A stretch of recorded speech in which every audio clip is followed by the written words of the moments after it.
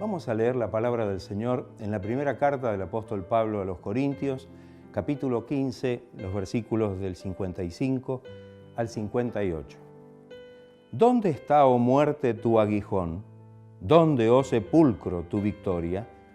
Ya que el aguijón de la muerte es el pecado y el poder del pecado la ley. Mas gracias sean dadas a Dios, que nos da la victoria por medio de nuestro Señor Jesucristo. Así que, hermanos míos amados, estad firmes y constantes, creciendo en la obra del Señor siempre, sabiendo que vuestro trabajo en el Señor no es en vano. Hoy estamos celebrando, recordando la resurrección de nuestro Señor Jesucristo. En el Evangelio de Juan se mencionan las últimas palabras de Jesús en la cruz. Consumado es. El Evangelio de Juan registra en el capítulo 19, el versículo 30, estas palabras. La obra significa que la obra está terminada, que está cumplida y que en definitiva no hay absolutamente nada que agregar. Pero si Cristo hubiera permanecido en el sepulcro, también hubiera quedado sepultada nuestra fe y nuestra esperanza. El apóstol Pablo dice al respecto: si Cristo no resucitó, vana es entonces nuestra predicación, vana es también nuestra fe. Pero frente a esta posibilidad exclama: mas ahora Cristo ha resucitado de los muertos, primicia de los que durmieron es hecho. Qué hermoso. Qué hermosa exclamación la del apóstol Pablo. Jesús culminó su obra redentora en la cruz, pagó el precio al derramar su sangre y morir. Pero al tercer día Dios lo levantó de entre los muertos. Dice: sueltos los dolores de la muerte, por cuanto era imposible que fuese retenido por ella. Qué importante la declaración que hace aquí. Jesús terminó y culminó su obra allí sobre la cruz, pero ahora el Padre es el que levanta a Jesucristo de entre los muertos. Hay un hermoso texto en el libro, la carta a los Romanos 10:9, que dice que si confesares con tu boca que Jesús es el Señor y creyeres en tu corazón que Dios le levantó de los muertos, serás salvo. Y luego en el capítulo 8, versículo 11, dice: y si el espíritu de aquel que levantó de los muertos a Jesús mora en vosotros, el que levantó de los muertos a Cristo Jesús vivificará también vuestros cuerpos mortales por su espíritu que mora en vosotros. Qué maravillosa declaración. No solamente el poder que levantó a Jesucristo de entre los muertos, que es el poder de Dios, sino también la promesa de que así también somos vivificados nosotros por ese mismo poder y por esa misma gracia. Debemos decir entonces que la victoriosa resurrección de Cristo es realmente fundamental para que podamos comprender que el Señor hizo la obra completa y perfecta. Debemos también recordar que la victoriosa resurrección de Cristo, y por ella es quitado el aguijón de la muerte, que es el pecado. Dice la Escritura que la paga del pecado es muerte, mas la dádiva de Dios en Cristo Jesús es vida eterna. De tal manera que el fruto, el resultado, la consecuencia del pecado es muerte. En el versículo 56 dice el apóstol que el poder del pecado es la ley, porque acrecienta la culpa y porque no puede librar al pecador de la condenación. La ley Dios no la mandó con el propósito de salvar, sino con el propósito de conducirnos a Cristo, que es el Salvador. La ley no pudo salvar a nadie, sino que marcó la culpa del pecado, como dice el apóstol Pablo, invisible, hizo la transgresión visible para que de alguna manera esto pueda quedar claro. Algunos insectos, cuando aguijonean a alguien, dejan su aguijón clavado en el cuerpo de la persona y después, desprovisto de ese aguijón, mueren. De esta manera decimos que la muerte si pudiéramos decirlo de alguna manera, se mató a sí misma al perder el aguijón en el cuerpo de Cristo sobre la cruz. El creyente en Cristo está libre del temor de la muerte. Ya la muerte no tiene poder sobre nosotros. Hemos sido librados del poder de la muerte. En la carta a los Hebreos hay un hermoso texto, capítulo 2, versículos 14 y 15. Dice así la palabra del Señor.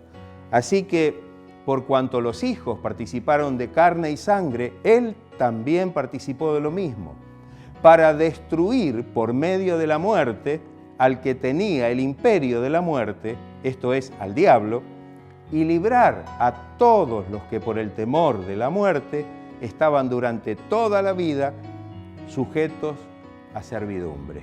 Qué maravillosa libertad, qué texto tan claro, ¿no?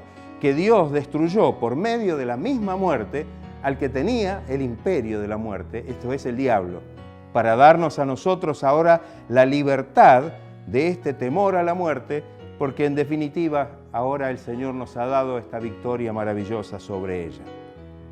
Qué importante para nosotros asirnos de la palabra de Dios, porque muestra realmente cuál es el valor de la resurrección de Jesucristo. En el versículo 57 del texto dice: mas gracias sean dadas a Dios que nos da la victoria por medio de nuestro Señor Jesucristo.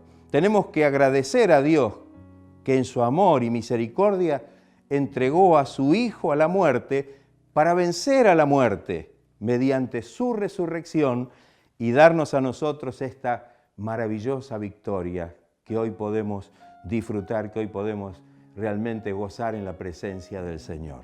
El último versículo de este pasaje dice así que, hermanos míos, amados, estad firmes, constantes, creciendo en la obra del Señor siempre, sabiendo que nuestro trabajo en el Señor no es en vano.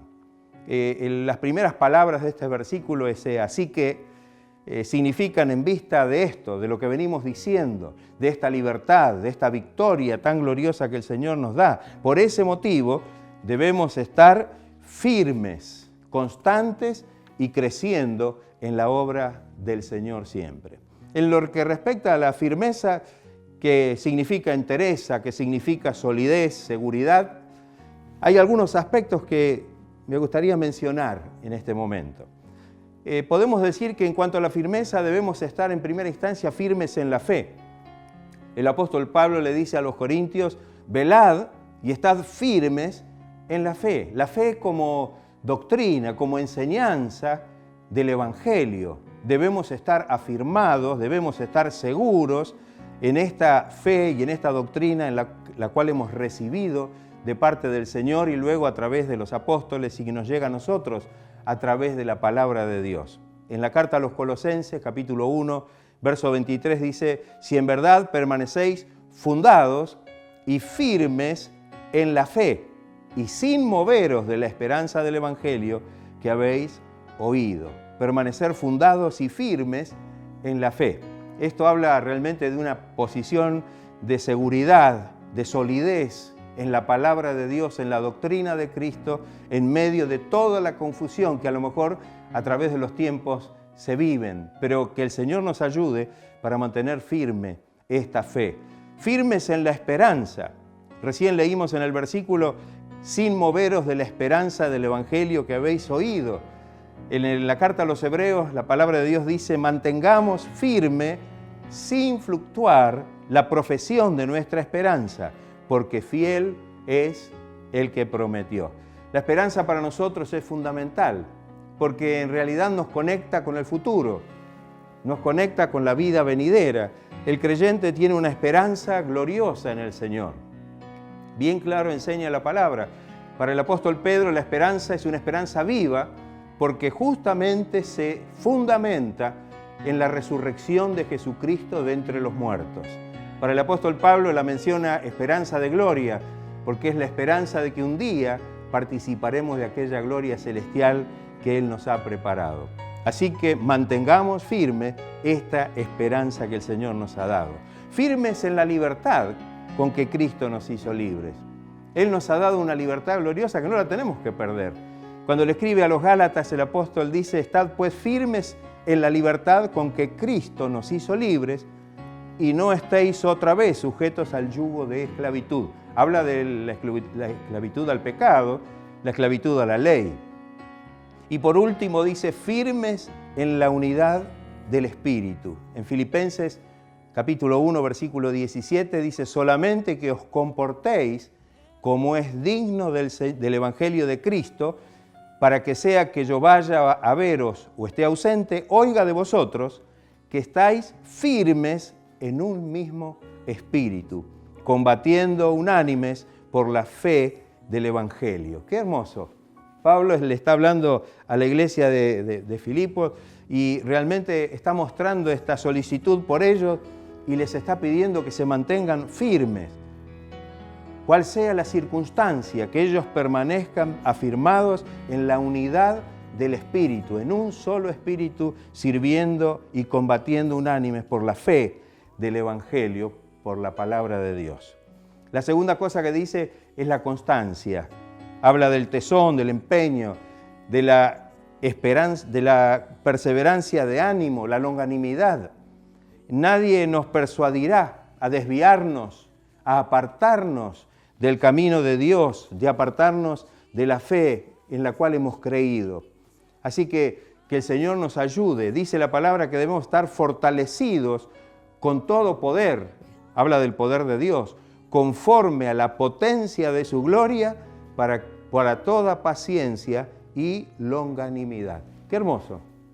La paciencia misma es la capacidad de soportar triunfalmente las dificultades, las presiones de esta vida y poder mantenernos firmes en el Señor. La otra cosa que dice el último versículo: creciendo siempre. Esto significa de continuo, un continuo desarrollo de nuestra vida espiritual al servicio del Señor. Podemos manifestar lo mismo, creciendo ¿en qué? Creciendo en la fe.